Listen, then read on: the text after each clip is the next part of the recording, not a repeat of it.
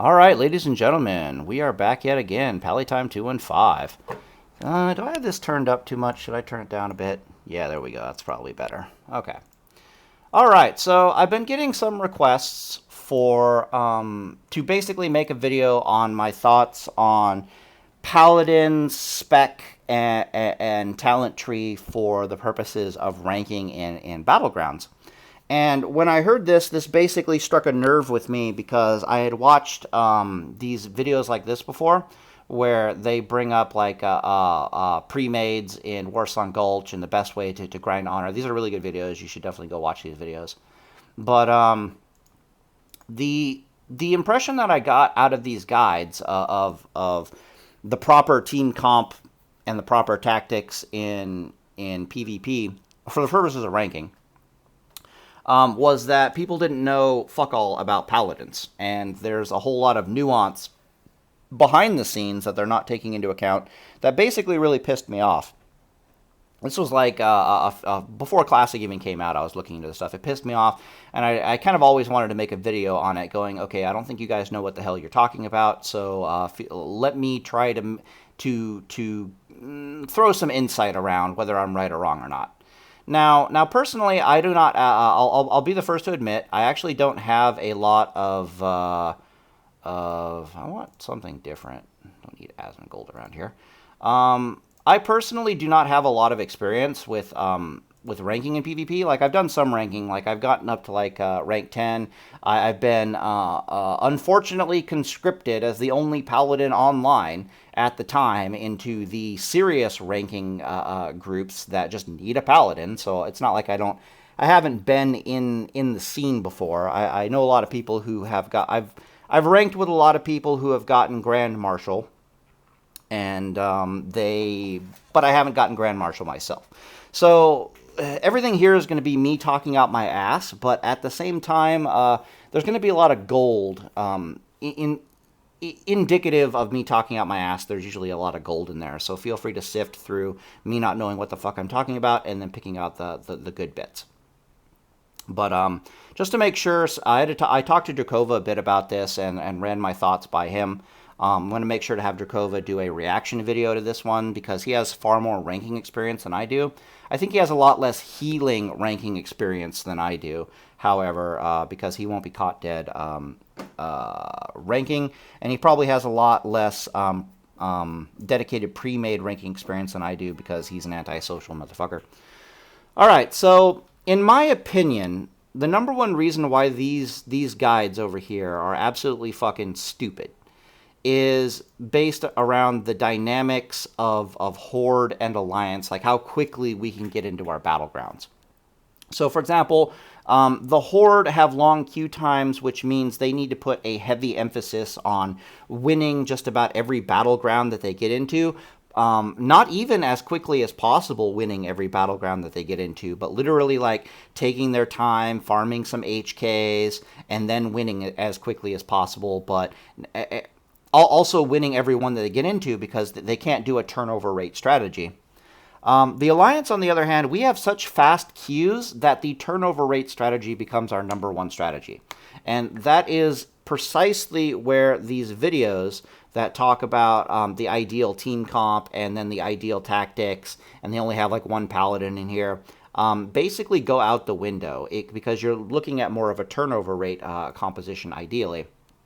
And in a turnover rate composition, I want this one for the talking about this. So in a turnover rate composition, what you're really looking to do is you're looking to demoralize the enemy so thoroughly within the opening skirmishes of the match that they don't even really want to fight you anymore, and they just want to let you win. Like, they might still be out on the field a bit, trying to get some HKs, but they want to be... You want to demoralize them as quickly as possible. This goes double for Arathi Basin, but the statement still holds true in Warsong Gulch. You want to demoralize the shit out of them so that you can win the Warsong Gulches or the AB as quickly as possible, and then immediately go into the next one. If you ever run into enemy Premades, that are the high-skilled, scary Premades that are willing to pop all kinds of consumables in order to win, and they're really good in their composition. Just lose as quickly as possible, get as many HKs as you can while losing as quickly as possible, and then move on to the next one. So, to me, ideally, what you're trying to do for the Alliance purposes from Team Comp is you're trying to... You want to be able to stomp the holy living crap out of pugs. That is your number one concern and your number one goal. The secondary goal is to be able to utterly stomp and demoralize enemy middling Premades. Like Premades that were just randomly cobbled together, or Premades of people who are middling skill level, who aren't really oh god, words. They're not really... Maybe I should say that a different way, because it's like a tongue twister in my mouth. They're not willing to use consumables, and or they don't know how to use consumables, and or their overall coordination sucks. You know what I'm talking about by middling Premades. You can tell a middling Premade when you see one, because if you're a middling Premade and you're kind of stomping them, they're definitely a middling Premade. But, yeah, so... We're not interested in the ideal comp for the purposes of winning every match as Alliance, because we're going to be taking a turnover rate strategy. This changes our tactics significantly, and this changes where Paladins should be valued in those tactics also significantly, and subsequently what spec you should be using, and so forth and so on. So in this picture we can see here, we can see not only the ideal team comp for a team. Let's see here. 1, 2, 3, 4, 5, 6, 7, 8, 9, 10, 11. Yeah, okay. So it's have an elemental shaman or a paladin. Okay, understood. And where they should be positioned and why. Again, I would highly suggest watching the BG guides if you haven't already. If you're ranking, you probably already have. There's some good gold in there of why you want a rogue on defense, why you want a druid on offense, why you want to be doing this and that, and so forth and so on. But for Alliance purposes, I'm going to talk specifically about modifications to this strategy for turnover purposes. So, in my opinion, which could be full of shit, I'm a big fan of a rogue on defense because offense will almost always consist of, at least in Warsong Gulch, a druid. Duh, right? And there might be a druid and change. Like a druid and a mage make perfect sense. A druid and 2 mages might be a bit excessive, but what do I know? So, however, the reason why you're gonna want maybe 1, maybe 2 on defense and no more. I would highly suggest just going maybe for a good rogue on defense. You might be able to get away with like a rogue and a paladin on defense. That would actually be kind of terrifying, believe it or not. And then just enlighten everybody about what Mug of Hurt does and its proc rate. It's got a 5% base proc rate. I think you can dual wield it in each hand. I'm not entirely sure. I don't care about that as a paladin, so I don't really give a shit. But druids cannot shapeshift out of the Mug of Hurt slow. They can't do it. They can't even spider belt out of it. You can bop out of it. I think it's a physical based slow.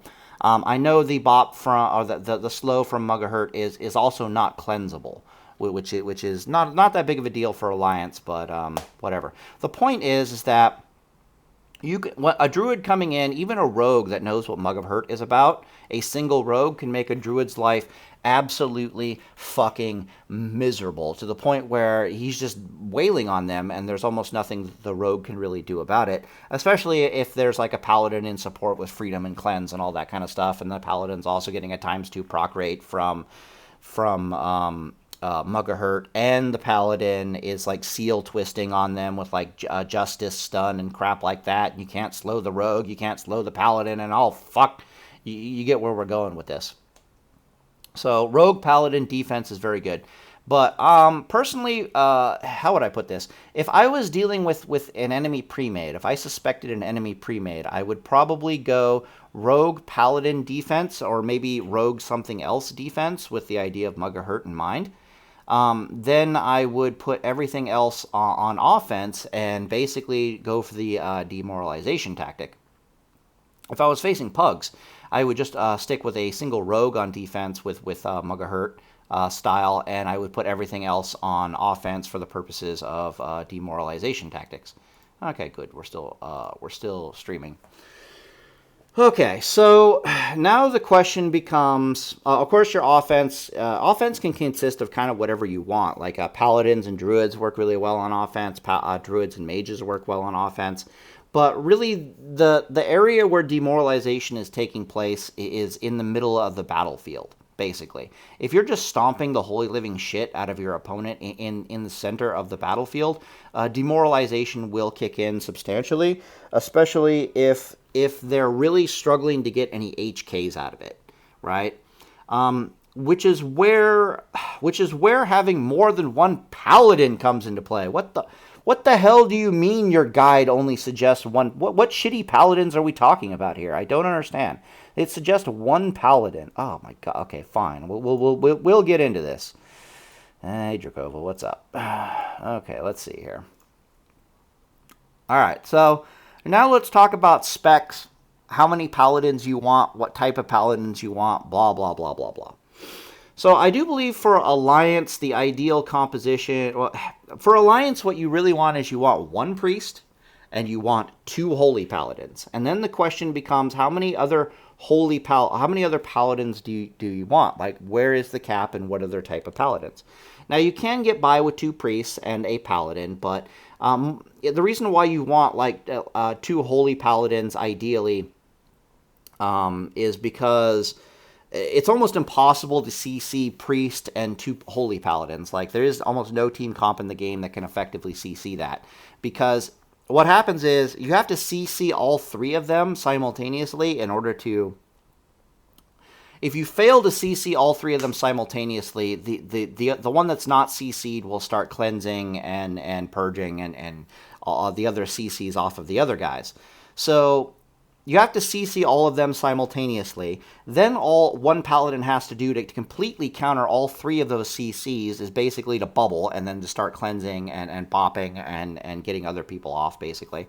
Like, for example, say you sheeped the two paladins. My nose is really itching. If I sound weird, I'm trying to itch the crap out of it. Fuck off. Okay, so say you sheep both paladins and you sap the priest. Well, all the one paladin has to do is he literally just bubbles out of the sheep, or he trinkets out of the sheep. He bops the priests, and he cleanses the other paladin. And you're talking about 3 CCs for one bubble traded. And then even if you could 3 CC them over again, like, let's say they just get, all 3 of them just get feared instantaneously, and they're all running away. And let's say they can't trinket out of it themselves, kind of a scenario. Well, one of the 2 paladins, all they have to do is either bubble or trinket out of the fear, and next thing you know, they're cleansing and bopping the shit off of them anyways. So it's extraordinarily difficult to CC pin down 3 healers if they're 2 paladins and a priest. It's even more difficult if they're 3 paladins, but you get where we're going with this.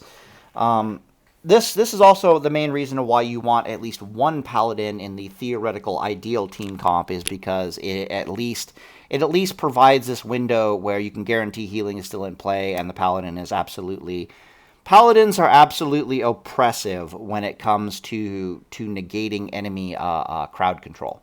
Is basically what the theme of this video should be. Like, I should literally make the title of this video, Paladins Are Oppressive as Fuck Against Enemy Crowd Control, and why you want more than one of them in your battlegrounds. Okay, so with that in mind, there is always a place for a holy paladin in BGs, and your primary duty as a holy paladin, because I've actually been there as a holy paladin, is not to heal people. Your primary job as a holy paladin is just to cleanse the holy living fuck out of everything in its dog. It's to keep freedom down on people who need freedom. It's to keep people mobile who need cleanses, and to basically let the priests or the other paladins heal people. And it is with this concept in mind why we're going to be talking about cleanse, oh god, cleanse, for why you want more than one paladin in your alliance premades ideally. Okay, so why is cleanse so terrifying? First off, it's cheap as dirt, and any paladin, even if they're butt naked, can use the damn thing. Secondly, cleanse a Paladin can maintain almost 100% of their DPS output and still cleanse things simultaneously. Cleansing is also the most, how do I put this? It's the most oppressive action you can take. Like, I'll give you an example. So let's say you're a deep holy paladin in like the best healing gear possible for a premade. One of the horrors of being a dedicated healer as a paladin in a premade is having to decide whether to heal something or whether to cleanse something. And the reason why that is a horrible decision is because every cleanse you throw out, while it might be the correct thing to do, right? The cleanse is more valuable than the heal under the circumstances. While it is the correct play, every cleanse that you throw out is a wasted. It's all your gear wasted, right? It's all that plus healing gear wasted on you. You might as well have been like sheeped for like a second if you're having to cleanse things as a paladin, because whether you're butt naked or whether you're in the best healing gear in the game, you can still cleanse things. So the point I'm trying to make is that I'm a big fan of there's always a place for two holy paladins in a pre-made, but inversely to that, there's also a place for one holy paladin and then one ret paladin.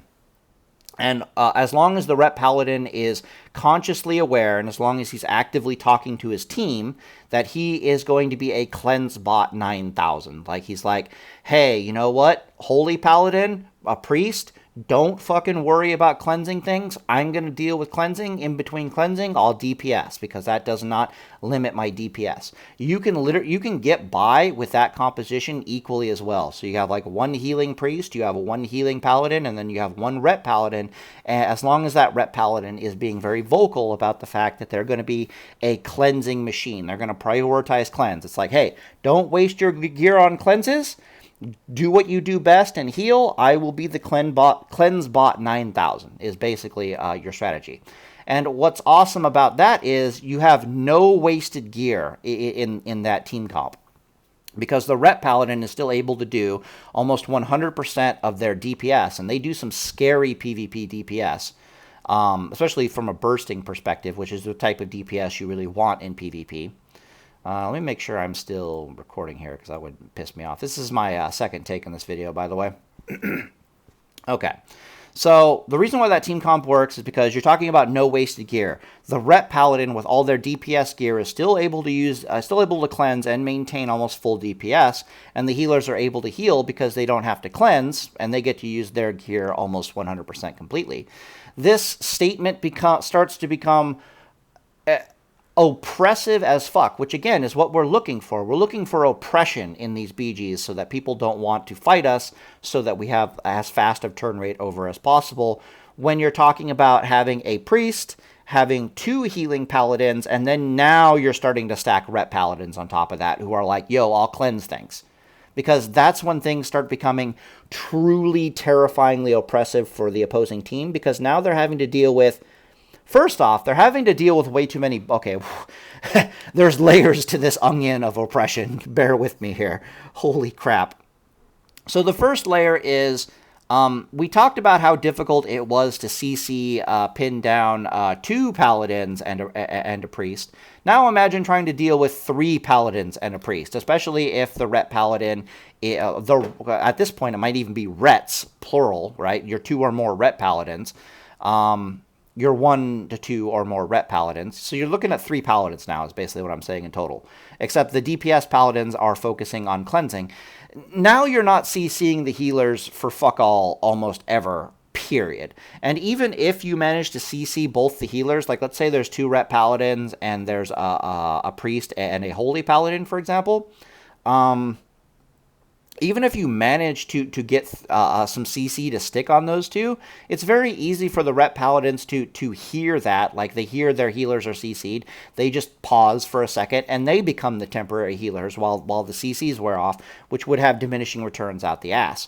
So the level of oppression. Okay, so that's oppression layer 1. Is how the fuck do you CC an enemy team with with how many is that? That's 4 fucking paladins, 3 or more paladins, right? How the fuck do you CC an enemy team that has 3 or more paladins, especially if they're being very cleanse conscious?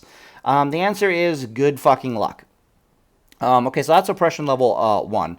Oppression level 2 is that when you really look at the Horde's play style at like the highest level, they're very focused on, and keep in mind that the middling team comps they're watching the guides and they're watching the best players and they're aspiring to be the best players. So even if they can't execute on this strategy, you can clearly see them trying to go for this strategy. And the strategy is that they use their purge advantages to blow the holy living crap out of it. They be very bursty. They use purge and elemental shamans to really try to get an early advantage in the middle by blowing people up. And what that typically looks like is multiple Ellie Shamans or like a Desto lock in an Ellie Shaman, but what it's really based around is Purge and Mortal Strike. So they will Mortal Strike the target that they want to kill. They'll focus like multiple purges on the target, purging away all the buffs, getting it as low hit points as possible, and then they'll go for like a burst combo into that target.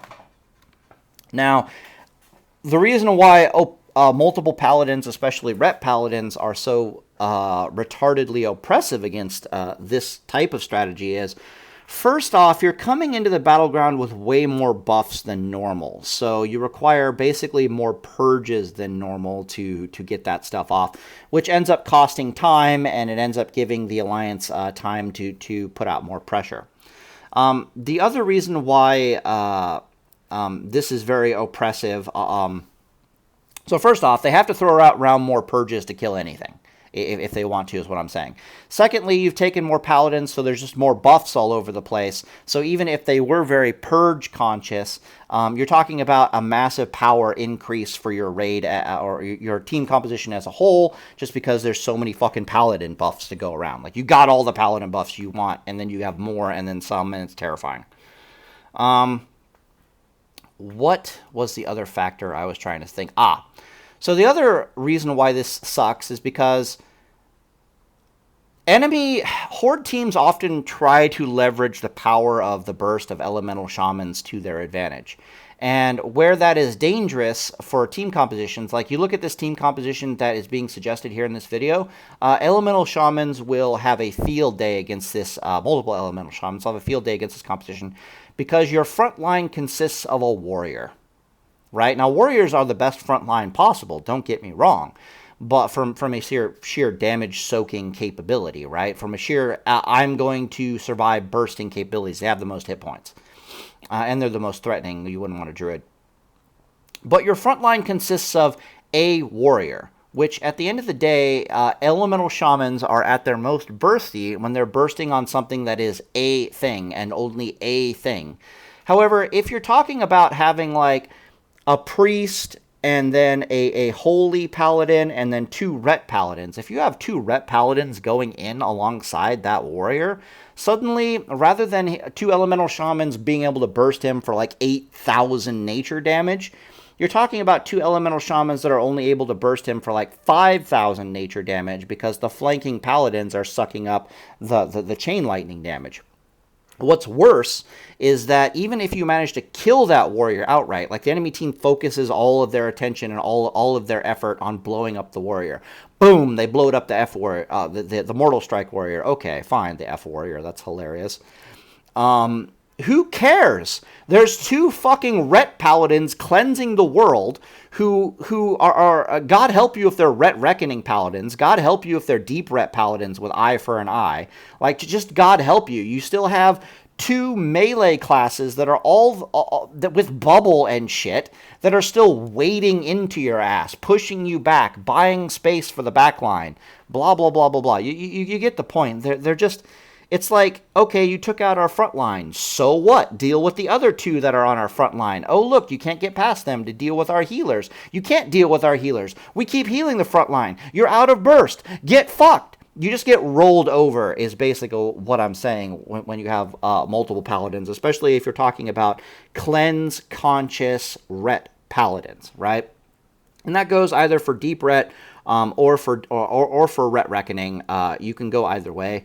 There's an argument to be made which is better, the Ret Reckoning Paladin or the Deep Holy or the Deep Ret Paladin, and we'll get into that when we get into specs. But first off, let me keep peeling away the layer of onions, the layers of this onion as to why multiple Paladins with this turnover playstyle is in fact oppressive as a motherfucker. Okay, so we covered why they're oppressive as shit to enemy CC, so they can't really stop the healing. They're oppressive as shit against enemy purge and burst tactics. We covered why they just throw around buffs like crazy, so everybody's just more powerful in general. What is the last one? I think the last one is just general crowd control, anti-go fuck you. So, how do I put this? Yeah, so they're anti-burst, they're anti-frontline. If you have very cleanse-conscious paladins, enemy crowd control in general starts to break down significantly. So, for example, if you have multiple Blessings of Freedoms to throw out, if you have enough cleanses that it doesn't even matter if you're on top of your purges against the Blessings of Freedoms, like let's say you're going up against a team that for some reason, like somebody has like an aim bot or something that is instantly purging off any Blessing of Freedom that goes down. That doesn't even matter anymore because you're just cleansing the world. It's like, oh, you're not letting a freedom go off? Okay, I don't care. I'm just going to cleanse away every single slow that gets on anything that doesn't like a slow, like my rogues or my warriors or my ret paladins. Like, I don't care. Like, the paladins literally don't care. They walk out there, and if they have enough cleanses, enemy CC just kind of doesn't work. Like, it kind of works. Like, you might still have the mage, one of your mages or your warlocks or your priest is, like, rooted in place from, like, a Frost Nova. Or this guy is still running away from a Psychic Scream because, you know, you don't have bops and stuff. But the enemy has to deal with all of the same amount of CC, practically. Maybe a little less because you've taken more paladins, but you're being so oppressive with your anti-CC, your anti-crowd control abilities, that your damage is coming through, and it's coming through hard, and then the Horde are going to start dying very rapidly. So the other nice thing about bringing the Ret Paladins is they're basically a self-contained warrior. So the major issue with warriors is while a warrior with support is superior to a paladin without support. However, multiple paladins end up being superior to a warrior with support. So if you're like thinking of like two ret paladins versus a warrior and like a holy paladin, which is better? The answer is the two ret paladins, and the reason for that is because, again, you have that anti-CC element. Right, like with the warrior and support, that combination is weak to being CC'd. You sheep or fear or sap the holy paladin, and suddenly the warrior is having problems. Good fucking luck trying that against two paladins, and you can't really slow them. You can't really crowd control them. They're just going to cleanse off whatever is on them. They're literally they just keep coming for you, which is a big deal in these. If there's not a lot of space for your opponents to run away from you, then the Ret Paladins become absolutely terrifying because you can't stop them from running at you at full speed. Unlike warriors and unlike other classes where you can slow them down, you can freeze them in place, you can root them, you can try to buy space and time. Ret Paladins give you no fucking space, and they give you no fucking time. Your space is like 4 seconds of space, and then they're on you and they never get off of you, and their burst is actually quite substantial in PvP. Okay. Okay, so let's talk about specs. The types of paladins you want to take into PvP, the type of paladin you preferably would want, spec-wise, that you'd want to be, and what your line of argument is for your place in a pre-made for why you'd want multiple paladins. So everything that I've set up to this point is why you'd want multiple paladins. Oh, right, I'm forgetting the last layer of onion. The last layer of onion is not just what you bring to the table from a combat perspective, but what multiple paladins bring to the table, especially the cleanse conscious ret paladins bring to the table from a oppression perspective. Now, like I said, your general strategy is to try to get out in the middle and then just to murder the shit out of the opposing team and try to be as oppressive as possible to the enemy team to demoralize them as quickly as possible so you can win as quickly as possible so you can have as much turn rate over as possible. Nothing demoralizes an enemy team quite so much as having to deal with multiple fucking paladins. Because game plans that work without lots of paladins break down instantly with more than the allotted number of paladins that strategy can effectively deal with, which we've talked about. Those are the layer of onions, okay? More importantly, it is extraordinarily difficult to get HKs off of a team that has taken multiple fucking paladins. Like when they start getting 3-4 paladins deep into one of these premades, it's just oppressive. And Horde players even know this. They've experienced this. They've been on the receiving end of this enough that they take one look at your team comp, they notice you have 4 paladins, and they go, fuck this. And they literally don't want to fight anymore, especially a lot of them, they just don't want to fight. Because I used to play Horde back in the day. If you've never played Horde and you've never felt what it's like to go against multiple paladins, it is, oh god, it is so fucking frustrating trying to deal with multiple paladins. Again, they can't be CC'd at any given point in time. At any given point in time, the rep paladins can just stop DPSing and not give you HKs. That is literally what they can do. They can just be like, oh, I'm going to heal a bit now. And then, yeah, it's like, yeah, they're wasting their gear, but from a pure oppression and frustration perspective for your enemy, it's so terrifying. It's like, come on, bro, at least you're farming us. At least let me get some HKs. And you can just say nope. And then like, fine, whatever, I'll just let you win. So that's what you want to do. That's what you can do. Okay, so Cleanse Conscious Rep Paladin's good. H Paladin's good. Let's talk about specs. Let me pause the video for a second, and I'll go pull up the spec thing. All right, I think we're back recording. 31 minutes? Oh, God. It's that long-form content for you where I just ramble away. Okay, so let's talk about specs and premades. So, obviously, we all know that I'll start with Deep Holy. So, Deep Holy, there's always a place for a Deep Holy Paladin with the gear. Keep in mind, with the gear in BGs. Now, however, I will point out that, okay, so what are the pros and cons to this? Let me just fill out this. Do I get to take a lay on hands? I have no idea what I'm doing here. Whatever. Deep Holy Paladin, who gives a shit, right? Put the rest in protection. Away we go. Okay, so let's talk about the pros and cons from a Deep Holy Paladin perspective. So the pros are there's always a place for you in BGs. I mean, in premades. You're in high demand. You require a relatively low skill level in order to operate at a high performance level. All you really need to know is when to cleanse, when to heal, when positioning is a little important, and what kind of gear you should be theoretically wearing. You can get by very easily from a gearing perspective. You can get by very easily on like T1. Right, you just go in T1. It's full plate gear.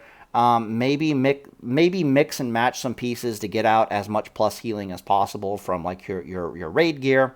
But T1 and knowing what to do alone, you're pretty much good to go. People are pretty desperate for paladins or holy paladins in general in premades, so they'll be just fine with T1. T1's actually a pretty damn good solid set from a PvP perspective, from a durability and plus healing and all that kind of jazz. So, pros are desired, low skill ceiling, and very easy to gear. All right? Okay, cool.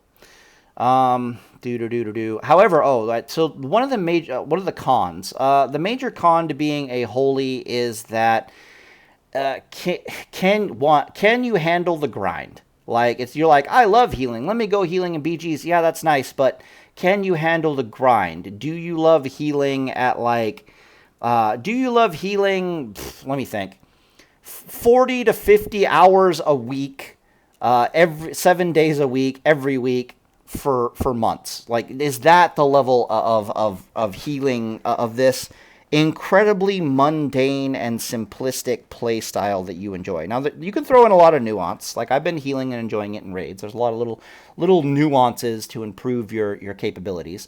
But generally speaking, if you're not the kind of person, if you're the kind of person who's going to get bored as fuck of just healing in BGs, then I would highly suggest you hear the other options that are on the table, which we'll be talking about currently. If you are the type of person who absolutely cannot stand healing, like aka a Drakova, then we're not even talking about this. You need to be going something else, and you need to be really pushing the narrative of I'm a cleanse conscious ret paladin, and then all the layers of why that is fucking awesome. Like, I can DPS and I can still cleanse at the same time. Let me tell you about how oppressive cleanse is. And let me tell you about how amazing it is to take multiple paladins. Like, that is your selling point, basically. So as soon as I figure out how the hell to take away all these... How do I just reset this thing? You can tell I've never resetted this thing before. Like, for reals? Do I just do it manually? Find the... Oh, there we go. Okay. So let's talk about Holy Reckoning really fast. I know that one off the top of my head. Do-do-do-do-do.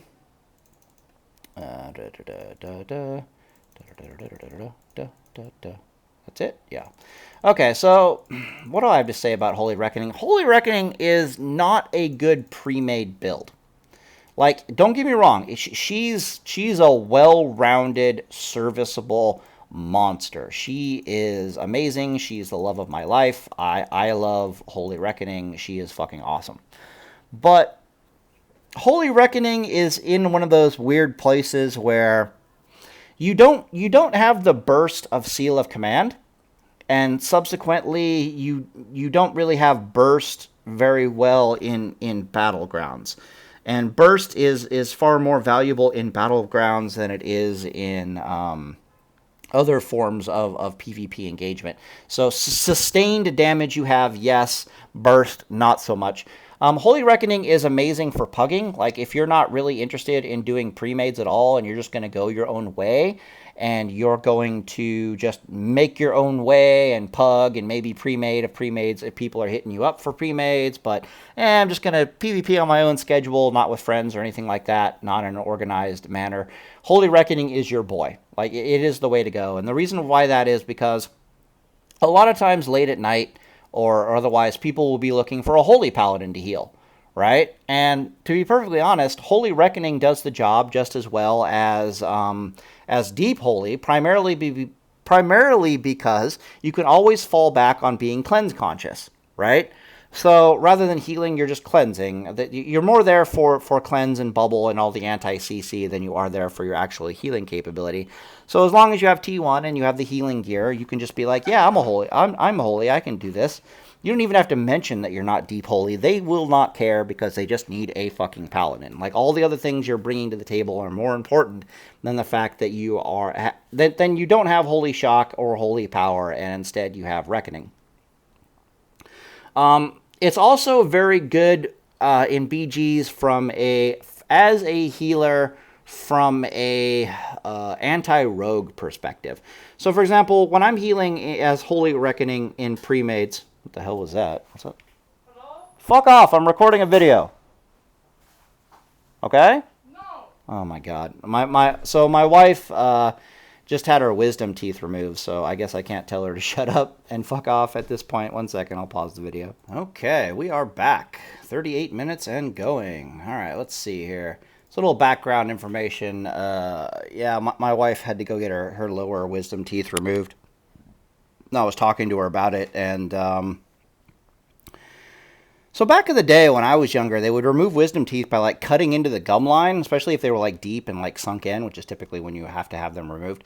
They would like cut into the gum line and then like rip the tooth out, which would often like break into pieces, and then have to like pry it out, and it was kind of gross and disgusting. I remember when I was in the Navy and everybody came back with their wisdom teeth removed. It was kind of interesting to listen to people and horrifying to watch their reactions, but apparently what they're doing these days, at least over here, is they're actually like hacking the tooth into like 3 pieces. Probably nobody wants to listen to this, so I'll shut up.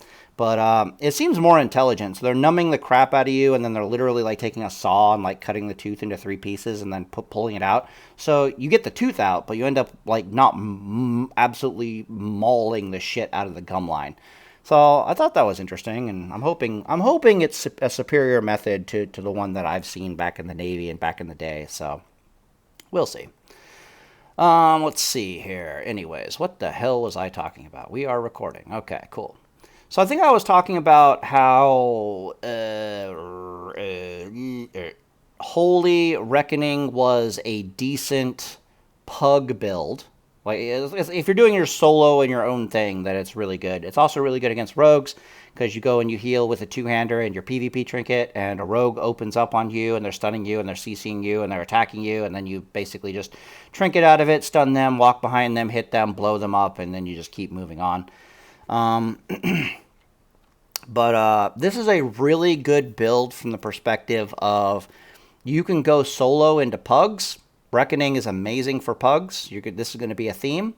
Reckoning is numero uno if you're just a solo pugging kind of guy, because you're going to get most of your honor from beating up on pugs, and a little bit of honor from beating on middling premades. And lesser skilled players will give you, you can just watch Dracova's videos. Middling players give you charges out the ass, and suddenly Reckoning is just God mode in PvP. But what's really nice about this build is you have the Reckoning, so you can go into the pugs and you can do really well in the solo world. But you're also holy enough that people don't mind you healing in premades temporarily, and you get a lot of honor out of that too. Okay, so next build on our list. Would I take this build? You can do whatever you want. Like, literally just do whatever you want. You don't actually have to put 2 points in Lasting Judgment. Don't take all this stuff too literally. Improved Lay on Hands isn't half bad. Improved Wisdom isn't half bad. Just make sure you pick up Reckoning, and then that's pretty much it. Just put the rest of your points in Holy. What am I doing? Am I retarded? Okay, so next on our list, we're going to talk about Ret Reckoning and Deep Ret simultaneously, since these guys function almost identically. No, that's not a Deep Ret build. That's not Dracova. Boop, boop. I think Dracova puts his points more defensively, but I don't care. Okay, so let's see. This is not. Do not take this Ret Reckoning build religiously. I do not know enough about the points in Ret Reckoning to actually. We don't want that. To actually know entirely what the hell I'm doing here. Is that it? 2 points left? I think you take this because you get the enchantment.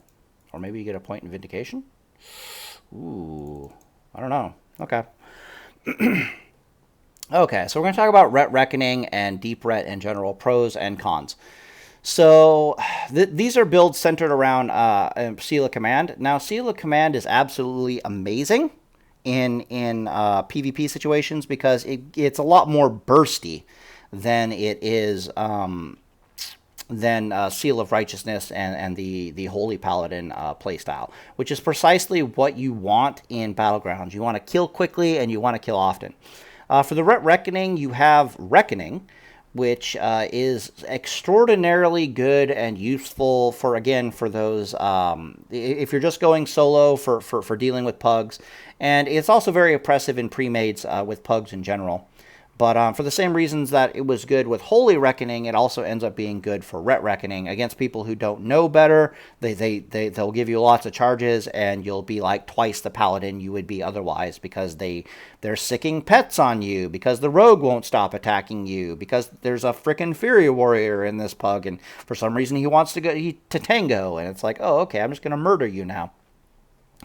The major downsides to Ret Reckoning are... let me think about this. I wasn't done with the positives, so let's continue with the positives. The other nice thing about Ret Reckoning is you have both Reckoning and Eye for an Eye.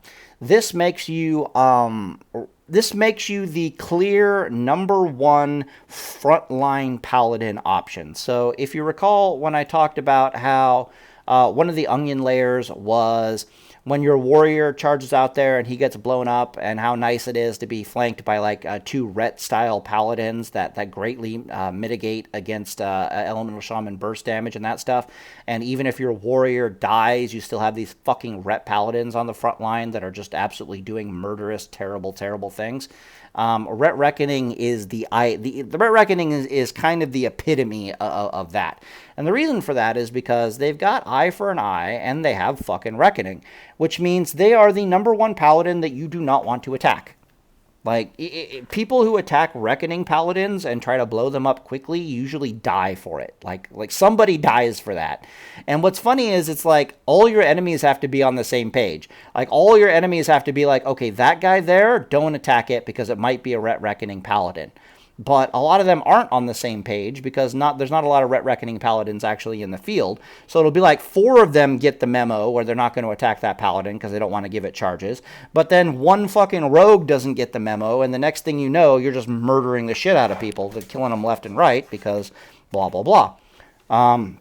Also, the eye for an eye makes eye for an eye in bubble and the the onion layer thing, the anti-CC from all the cleansing makes targeting Reckoning Paladins for the purposes of blowing them up just the worst idea ever. Just don't do it. Just literally don't do it.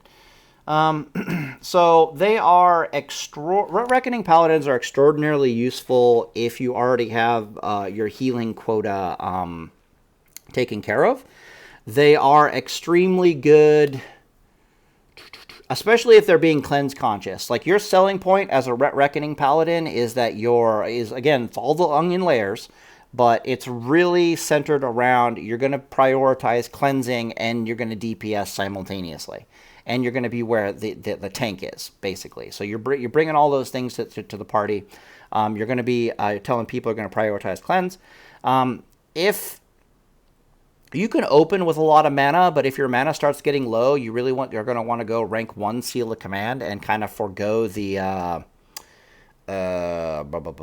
burst aspect of Judgment, favoring cleanse. Your main value as a Reckoning Paladin is the fact that you can cleanse and you can maintain almost 100% of your DPS while cleansing, and people who target you for the purposes of elimination, it always ends extremely badly for somebody on the opposing team. So those are the 3 things you bring for the party. The major negative to a Reckoning Paladin is just gear. It's actually really hard to get the gear for a Reckoning Paladin, unlike what we're going to see with Deep Ret, which I'm going to probably switch between talking about Reckoning and Deep Ret and Reckoning and Deep Ret. And the reason for that is because the gear is almost identical. Like, if you have the gear to go Deep Ret, you probably also have the gear to go Reckoning. But that's not true 100% of the time because Deep Retribution Paladins, basically Deep Retribution Paladins, they give up Reckoning and they basically pick up Repent. And or they put some more points over here. I have no idea what they do. There's multiple combinations of Deep Ret Paladins, but they almost always have Repent. Now, the cool thing about a Deep Ret Paladin in my mind is that Deep Ret Paladins are much more tactically flexible. Okay? They are far more tactically flexible with their gearing, and subsequently more tactically flexible on the battlefield. For example, as a Deep Retribution Paladin, you can just go in T2 and you're kind of good to go. So as Deep Holy, you can go in T1 or T2 and you're good to go. As Reckoning, you kind of want to, you can go in T1, but you're better off in T2 and you're good to go. As Reckoning, you're very specifically limited to what kind of gear you can use, and it's basically warrior gear. It's all the AP gear. But as a Deep Retribution Paladins, you kind of have options. You're good in the same type. You're good in the warrior gear, and you're good in the T2 gear, and you're good at mixing and matching between the AP gear, the warrior gear, and the T2 gear. If you're sitting in T2 as a Deep Ret Paladin, you're far more of a jack of all trades, master of none build at that point. because your burst damage isn't as good as the AP gear, your melee DPS isn't as good as the AP gear, but you can heal almost as well as a healing paladin, and I think that build kind of looks more like you're stripping things out from over here and you're going for the maybe you go for might as one of those. I have no idea, but you at least you start stripping out points from the prot tree and you start going into spiritual focus is the moral of the story. But you can heal with the best of them, right? Like healing in BGs, people talk a lot about spell power being a big deal, but to be perfectly honest, it's kind of like spell power is a big deal because you're having the issue of CC and you're having the issue of cleanse. Like let me repeat that. People say that spell power is number one for the healing paladins in BGs, in my opinion, because they're suffering from the cleanse issue and they're suffering from the CC issue. However, if you've started taking more than 1 or 2 or 3 paladins, start getting into 3 paladins, the cleanse issue stops being a factor, because theoretically the extra paladin that you brought are focusing heavily on cleanse, which means that suddenly your healers, it's the onion again. Suddenly your healers get to start actually pumping more heals in because they don't have to do cleanses, and suddenly their plus healing doesn't matter as much. More importantly, what was the other issue? Yeah, the CC issue. It's like, yeah, you have to take plus healing gear because at almost all times you can expect one of your 2 healers to be CC'd. You start taking multiple paladins, that doesn't happen anymore. It's like it rapidly becomes extraordinarily impossible to actually crowd control the healers. Moral of the story is the healers are getting out more heals. Right? They're not cleansing, they're not being CC, they're just getting out more heals, and subsequently stacking all that plus healing gear stops kind of becoming a thing. On top of that, it's like the whole argument of you need the plus healing gear to counteract the mortal strike, which the opposing team is focusing down. That's high level pre-made stuff, and we're not focusing on high level pre-made stuff. We're interested in turnover. Secondly, sorry, my brain just died there for a second. We're interested in turnover. That's high made preview. Oh yeah. Secondly, who cares if your warrior dies? You've got like 1 or 2 reckoning paladins to take his place, right? You got like 1 or 2 ret paladins to take his place. Who cared if he got killed? Like, let them focus all their attentions trying to blow him up, and then the next thing they do, they have to deal with a bubble fuck asshole that really, really wants to be hit, especially if they have reckoning. It's like, good luck with that. It's like, okay, yay, we killed the warrior. Cool. Your entire team is going to get wiped for that warrior kill because they had what in military terms we call defense in depth, right? It's like, okay, I got to kill the warrior, then I got to kill this reckoning paladin, then I have to kill this other fucking ret paladin over here, and only after that can I start targeting the backline, right? Good luck. Like, only the top level of pre-mades can even handle that. And since we're not focusing and we're not interested in going toe-to-toe with the top, we're interested in turnover, the point becomes moot. So, again, gearing, deep ret. Okay, so I'm not experienced enough with deep ret to know the value of repent in combat. But since the Horde lack cleanses, and the Alliance are pretty heavy on cleanses, does a Tremor Totem get him out of that? Maybe it does. But I'm pretty sure that the value of repent... thank you, Dell. That was very nice of you. I'm pretty sure that the value of repent in BGs is actually not insignificant. So I would say it's actually, I can't talk at length about the boon of repent, is basically what I'm saying. But I'm sure it's there. I'm sure repent adds another layer of onion to the whole situation. But again, let's say you have T2 and you're a Ret Paladin. You're basically a backup healer. You're a Cleansebot 9000. You're a DPSing Cleansebot 9000. You're a backup healer. You're a backup frontline. You're just a jack of all trades, master of none. You got a lot of the components of the onion that you're working on, and you're just a well-rounded, solid addition to the team just because of onion. However, if you decide to take the AP gear variant of that, then you're more of the Cleansebot 9000 DPS bursting, CCing monster, right? You're playing less of the emergency healer role and more of the, yo, I'm just going to cleanse the world and I'm going to beat the shit out of people style of gameplay. Kind of like you're doing it almost exactly the same as Ret Reckoning. As far as Premades go, so again, like we said, Reckoning is always great for pugs, right? If you're doing your solo thing, if you're not interested in really playing with your boys and being pre-made and all that kind of stuff, Reckoning is great for the solo aspect of the game. However, for people who are more interested in pre-mades and are willing to listen to your sales pitch more, Deep Ret, and particularly AP Deep Ret, probably has the better sales pitch between Ret Reckoning and Deep Ret, right? Like you're trying to pitch why take me as the third paladin in your pre-made group as opposed to any other class, right? And you're pitching the onion. The Deep Ret paladin has the better argument for pitching the onion. But here's the problem with that statement. Like, I can see Jacobo watching this video and, like, pausing it right there and telling me I'm wrong and all that stuff. But he'll immediately come to this part and be like, actually, I agree with him. The only reason why Deep Ret is better than the Ret Reckoning pitch is because you're dealing with other people who don't know Paladin well enough to know that Ret Reckoning is probably superior for the reasons we described as the onion. Your warrior goes down, you still have a Ret Reckoning paladin, you're probably going to win that fight. Like, it's that simple, because as soon as the warrior's dead, they're going to turn their attentions to the Ret Reckoning paladin. They have... Their burst has been expended. The healers are still in play. The healers have nothing better to do but to heal the Ret Reckoning Paladin. And because the Ret Reckoning Paladin has Eye for an Eye and Reckoning, he is going to absolutely fucking massacre the enemy team if they don't know what's up. Like, you're just talking about absolute carnage at that point.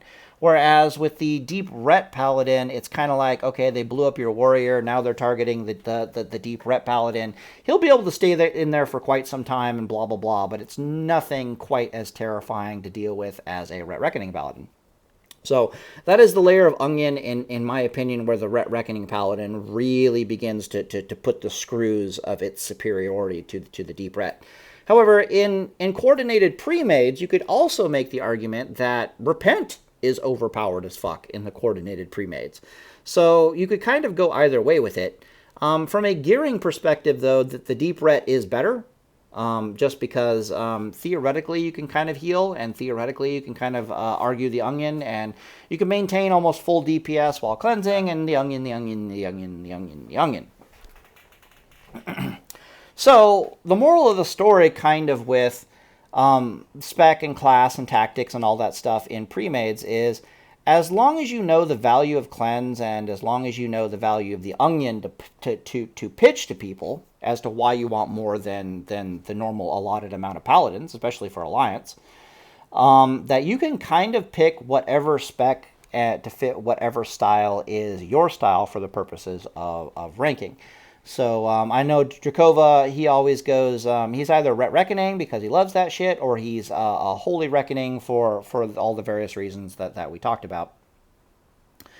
Okay, so the very last thing to talk about is some high-level advanced tactics that I would really just like to just not talk about myself and just have Drakova talk about them.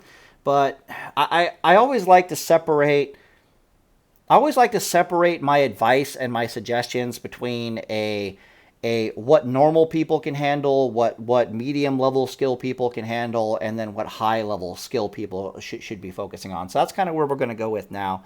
But if I had to do skills, like I did skill for the Holy. I said, yeah, it's easy to gear, easy to perform at a high level. You're highly desired. Holy Reckoning is kind of the same way, since you're either DPSing or you're healing. You're either cleanse bot DPSing or you're healing, emergency healer. Very easy. Ret Reckoning is, I would imagine, to be the least. It's probably the funnest, but it's also the one that requires the most skill out of all the builds, just because you are kind of squishy. Yeah, and you have low mana, and you're very gear focused. Deep Ret is probably the most flexible, especially the healing version of Deep Ret in like T2. It's just well rounded, solid, very flexible, blah blah blah. It's easy to gear for the Deep Ret. I consider Deep Ret to be easy to gear for just because worst case scenario, you're sitting there on like 5-piece tier 2 and then whatever pieces of AP gear you've managed to cobble together, and you're serviceable. Like, you're straight up serviceable. And in truth, Ret Reckoning can be serviceable in that same style of gear where you're just like 5-piece T2 and then whatever AP that you had available. You're still serviceable, but you're not where you want to be as a Ret Reckoning Paladin, to be sure, I think. But I'd have to let Jakova talk on that. Okay, so high level aspects of play. Oh god. So Drakova has discovered that seal twisting judgment of justice into your command procs. Good. We're still recording. That's nice. Seal twisting judgment of justice into your command procs is overpowered as fuck. And there's also a spell batching element to it. And I'm probably far better off, rather than trying to explain it myself, to just making him try to explain it. But I'll just explain it as quickly as I can and just end the video here. So the reason why it's overpowered as fuck is, first off, you'll notice that Seal of Justice stun lasts 2 seconds at first, and then it's 1 second after that. And every time your target is stunned, not only do they get the double damage from any judgment that you pumped into them during that time, while your target is stunned, unlike private servers, they cannot dodge and they cannot parry. Let me repeat that. When your target is stunned, they cannot dodge and they cannot parry. Now, I'm not entirely sure about the mechanics of how exactly you're supposed to seal twist this. Like, am I seal twisting max ranks? Am I starting off with max rank command seal twisted into justice, and then that's when I'm getting the benefits I'm about to describe? Or am I starting off with justice and then seal twisting into max rank seal of command to get the most benefits? Or am I using rank 1 seal of command, and then how am I twisting it, and why is it working? Yeah, I'll just have to let Jakova talk about that for a while. But what is actually happening, I do believe, is as follows. You're using a rank of command. You're seal twisting in the seal of justice. Your target is becoming stunned, which gives the twin benefits of they can no longer dodge, they can no longer parry, and they can no longer dodge your attacks. Which I think with spell batching, what ends up happening is you hit the target, first comes out the stun, then 0.4 seconds out later comes your command proc. And because the target is stunned, I guess your command proc cannot be dodged or parried anymore. At least I'm hoping that's how it works. I'm not really sure, to be perfectly honest, if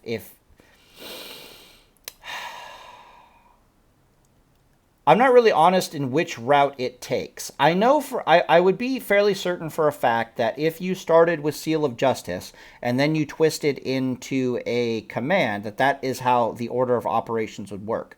But I'm not sure if that is the order of operations if you started with command and then twisted into a Justice. Now, the advantage to starting off with a Justice and then twisting into a command is that you can twist into a max rank command, get that seal command proc that can't be dodged or parried, and then you can judge it into the stun target for even more damage, which is the most damage possible combination of those abilities you can possibly do. And if the seal command also is not being parried or dodged, then you're denying that whole seal of the casino element where first you had to hit your target, then command had to run the gambit of block, dodge, and parry as well. And miss, for that matter. God, what am I thinking of? Where's my brain at right now? So currently, I'll just have to let Drakova explain it better, but just know that currently the meta around command for both the Retribution Paladin and the Reckoning Paladin involves Seal Twisting Seal of Justice. Now, the major issue I have with Seal Twisting Seal of Justice, especially if you're looking to be a Cleansebot 9000, which is an onion layer, right, is one, it's taking a number of GCDs away from your ability to cleanse things, right? Because you're trying to do this tactic. More importantly, it's actually kind of mana intensive to use the max rank seal combination, to go for the stun, to go for the max rank, and then to judge in the max rank. It's like, yes, that is your theoretical maximum burst, but at the same time, you're using a lot of mana to do that. In which case, I would highly suggest that the 5-piece T2 version of this, or later when AQ comes out and you're in full Avengers gear, then this tactic becomes far more viable, just because you have the mana to really put the screws to your opponent with this style of play. So the other aspect of this has to do with like batch. I think we're going to officially dub this thing called batch twisting. Okay, batch twisting. Ha-ha. But really what's happening is if you swing at your opponent at the right time, due to the 0.4 seconds of batching delay, it is not uncommon that you will get crit by somebody attacking you, especially if you got your mindset on it and you start watching for these things and you practice with this. Again, this is all high-level stuff. Okay, the seal twisting might not be that high level. You can practice that and get good at it pretty easily. What I'm talking about right now is truly the tippy top of the high level of skill. Make sure I'm still recording. And basically what you're doing is you're timing your swings to swing at the enemy fractions of a second before you're getting hit by enemies. The fractions of a second before you're getting hit by spellcast, fractions of a second before their swings are coming in, and it's not all that hard to do if you've had some if you practice it for a while. But if you successfully pull it off, this only works with Reckoning, by the way. So I guess I should strip points out of here and head back down to Reckoning. What? Okay.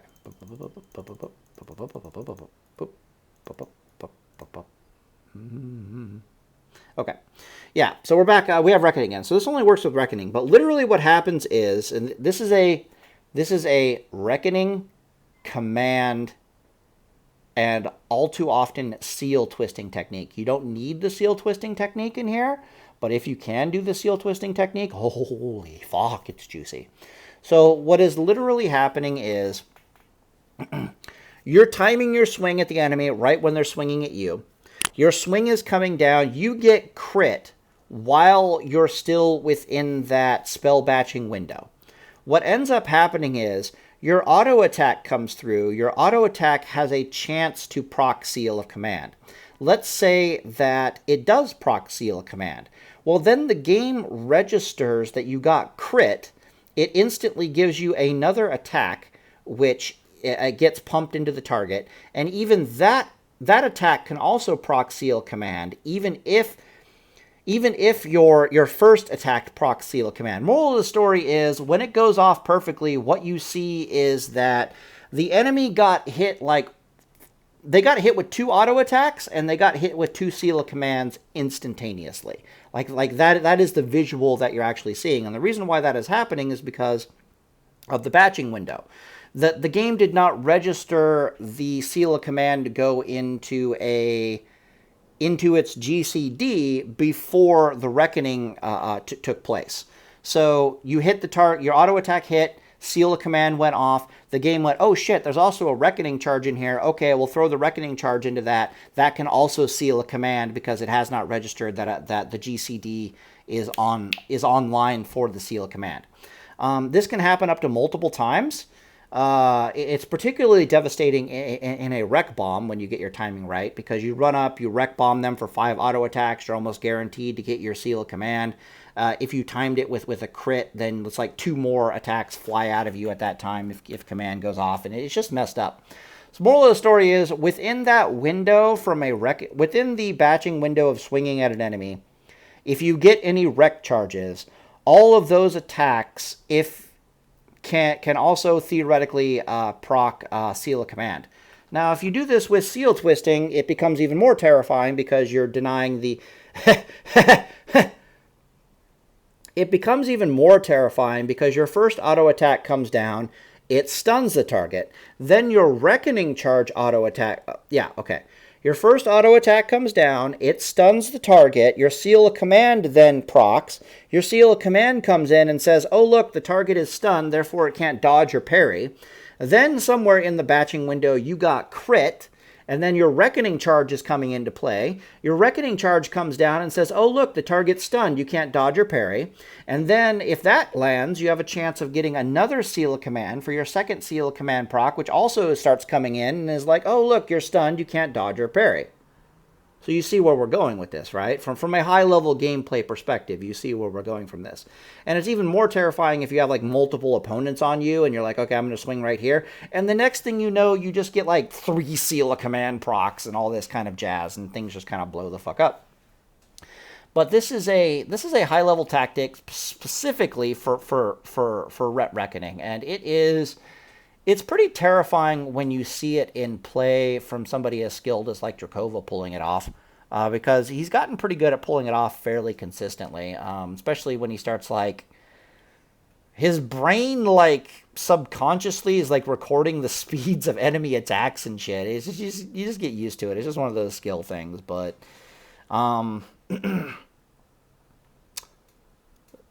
none of the other Paladins are going to be able to make use of this, I think. None of the other Paladin specs. This is purely a Reckoning thing. However, the Seal Twisting is a deep Ret thing. Like, you're definitely going to want to start doing the 2-second stun Seal Twisting, especially in BGs.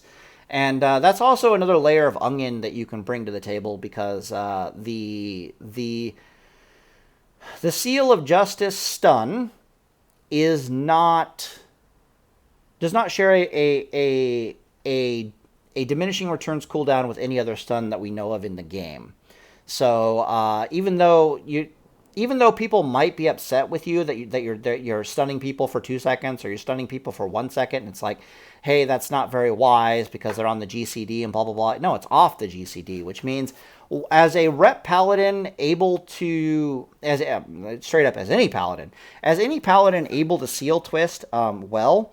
If you get on top of a healer that doesn't have instant healing cast spells, you can shut down their healing like a rogue almost. You can shut down their healing for a rather terrifying and extended period of time, which I suppose is technically another layer of onion, but you're kind of, as a paladin, you're much more valuable rather than punching through the enemy's front line and trying to get back on top of their healers.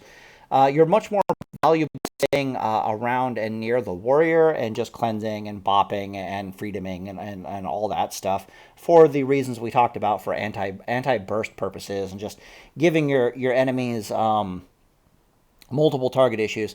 There's probably one other advantage to that too, and that is it's one of those advantages that should be a disadvantage, but it's not. Where if the enemy team, if anybody on the enemy team has AoE, like a mage in Coven of Cold, for example, if they have AoE and they see like 2 rep paladins and a warrior all clustered together, they're almost always going to blink in and try to blast you with like a Cone of Cold, for example. And this is actually the wrong move because, one, you're probably giving reckoning charges to the paladins and or eye for an eye and or the paladins have bubble. They literally don't give a shit. It's like they don't care that they got hit with AoE. And on top of that, the mage is theoretically out of place. Especially, God help them, if they blinked into that shit. Like, oh, I'm going to blink into the 2 people that can stun me and potentially nuke me into oblivion. Like, what the hell did you just... Just bad. But anyways, to overall recap, almost all of the specs are 100% viable in ranking in PvP. You just really got to sell home that idea that you're going to be a cleanse bot. If you're not healing, you're a cleansing machine. That is your primary job. And if people see you doing what you say you'll be doing from a cleansing perspective, they will take you. It's just happened. More importantly, you're not interested in the traditional setup because you want the turnover rate, and therefore in my opinion, more Paladins is better for more turnover rate, but just because of how oppressive they are, and the onion, the onion, the onion. But anyways, this video has been long as fuck, so I'm just going to leave it there. Remember that Mug of Hurt, Druids hate it, and Paladins with SOR are really good at it. And Paladins seal twisting SOR into Judgment Stun, into 6-second stun, into more Judgment Stuns, into slows, into you can't slow me and stop me. You can make a Druid's life miserable as a Paladin, to say nothing of that. So if it's like a Hunter and yeah, you can make, with Mug of Hurt as a Paladin, you can do terrible, terrible things to any Druid that is actually trying to get away from you. So keep that in mind as well. Keep that in your back pocket is what I'm saying. Anyways, I'll end the video here, and hopefully Drakova doesn't lose his mind listening to this and responding, because I paid him to. Ha ha ha ha. I pay him in gold to respond to my videos, so yeah. Or I just pay him in gold anyways, and then yell at him when he doesn't respond to my videos. Pretty much how it works. Anyways, I'll end the video here, and Deus Vult, I guess.